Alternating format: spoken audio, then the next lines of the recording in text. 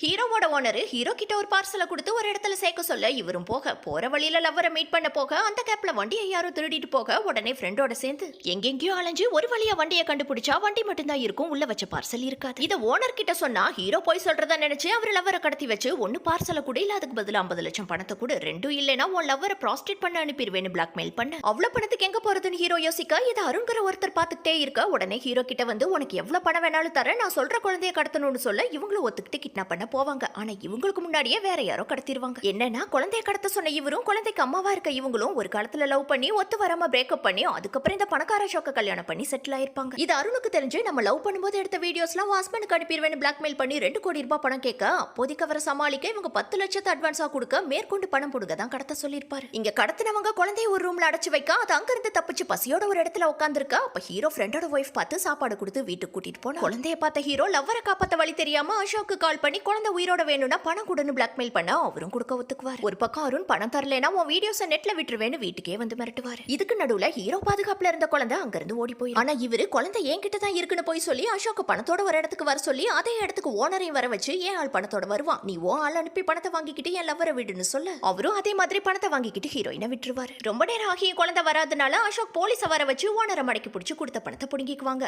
அடிச்சு விசாரிக்க அவர் ஹீரோ பேரை சொல்ல குழந்தை ஓடி போச்சுன்னு இவர் சொல்ல அப்ப கண்டுபிடிச்சு கொடுத்துட்டு உன் லவ்வரை கூட்டிட்டு போன ஹீரோயினை இழுத்துட்டு போயிருவாங்க. அதே சமயம் அருண் உன் பொண்ணு என்கிட்ட தான் இருக்கா, உன் ஹஸ்பண்ட பிளாக்மெயில் பண்ணி நான் பணம் வாங்க போறேன், என்ன போட்டு கொடுக்க நினைச்சா உன்னை போட்டு தள்ளிடுவேன்னு வான் பண்ணுவாரு. கொஞ்ச நேரத்திலே அசோக்கு கால் பண்ணி பொண்ணோட போட்டோவை சென்ட் பண்ணி 2 கோடி ரூபாய் பணம் கேட்பாரு. உடனே அசோக் பணத்தை ஒரு பேக்ல வச்சு அந்த பேக் ஒரு ஸ்கூட்டில வச்சு ஸ்கூட்டியை ஒரு இடத்துல நிறுத்தி வைக்க பிளாக்மெயிலர் வந்து பணத்தை எடுக்க மறுபடியும் கால் பண்ணி உன் பொண்ணு பஸ் ஸ்டாண்ட்ல இருக்கா போய் கூப்பிட்டுக்கன்னு சொல்ல இவரும் போவார். ஆனா அதுக்குள்ள அசோக் மேல இருந்த கோவத்துல ஓனர் ஆள் அனுப்பி குழந்தைய கடத்திடுவார். இது தெரியாம குழந்தையோட அம்மா அருணை சந்தேகப்பட அப்பதான் குழந்தைய கடத்தினதா இவர் பொய் சொல்லியிருக்காருன்னு அசோக்கு கால் பண்ணி 2 கோடி ரூபாய் கேட்டது இவர் இல்லைன்னு தெரியுது. அதே நேரத்துல ஓனரோட பழைய எம்ப்ளாய் மாறி தான் பார்சலை திருடி இருப்பாரு. இதை ஹீரோ கண்டுபிடிச்சு மாறி அடிச்சு அந்த பார்சலை ஓனர் கிட்ட கொடுக்க உடனே ஓனருக்கு கோவம் போய் குழந்தைய ஹீரோ கிட்ட கொடுக்க இவர் அசோக்கு கால் பண்ணி குழந்தை கிடைச்சிருச்சுன்னு இன்ஃபார்ம் பண்ணி அப்படியே கடத்த சொன்னது அருண்கிற உண்மையை சொல்றாரு. அதுல ஹாப்பியாகி அசோக்கும் ஹீரோயினை விட்டுருவாரு. அதுக்கப்புறம் இவங்க 2 பேரும் சேர்ந்து அருண் அடிக்க அருண் அசோக்க கொல்ல பார்க்க அப்ப ஹீரோ வந்து அருணை போட்டு தள்ளுறாரு. அசோக்கோட இன்ஃபுளுன்ஸை வச்சு இது என்கவுண்டர்னு கேஸை க்ளோஸ் பண்றாங்க. அதோட ஆரம்பத்துல குழந்தைய கடத்தினதும் அதுக்கப்புறம் அசோக்க பிளாக்மெயில் பண்ணி 2 கோடி ரூபாய் பணம் வாங்கினதும் அசோக்கோட செக்ரட்டரி வீணா தான். ஏன்னா வீணாவோட அண்ணன் அசோக் கிட்ட வேலை பண்ணி அப்ப ஏதோ தப்பு பண்ணி அசோக் அவர் அடிச்சு வேலையை விட்டு அனுப்பிச்சிருப்பாரு. அதுக்கு பழிவாங்க தான் இப்படி பண்ணிருப்பாங்க. இதை ஹீரோவும் அவரோட ஃப்ரெண்டும் கண்டுபிடிச்சு அந்த பணத்தை பிடிங்கி அசோக் கிட்ட ஒப்படைச்சாச்சு. அதே மாதிரி ஒய்ஃபோட லவ் மேட்டர் அசோக் எப்பவோ தெரியும். அருண் வீட்டுக்கு வந்து பிளாக்மெயில் பண்ணும்போது இவர் கேட்டிருப்பாரு. கல்யாணத்துக்கு முன்னாடி எப்படி இருந்துட்டாலும் கல்யாணத்துக்கு அப்புறம் ஹஸ்பண்டுக்கு உண்மையா இருக்க ஒய்ஃபோட பாஸ்ட கலரக்கூடாது, அவங்களை நிம்மதியா விட்டுறணும்னு தான் கண்டுக்காம இருந்திருப்பாரு.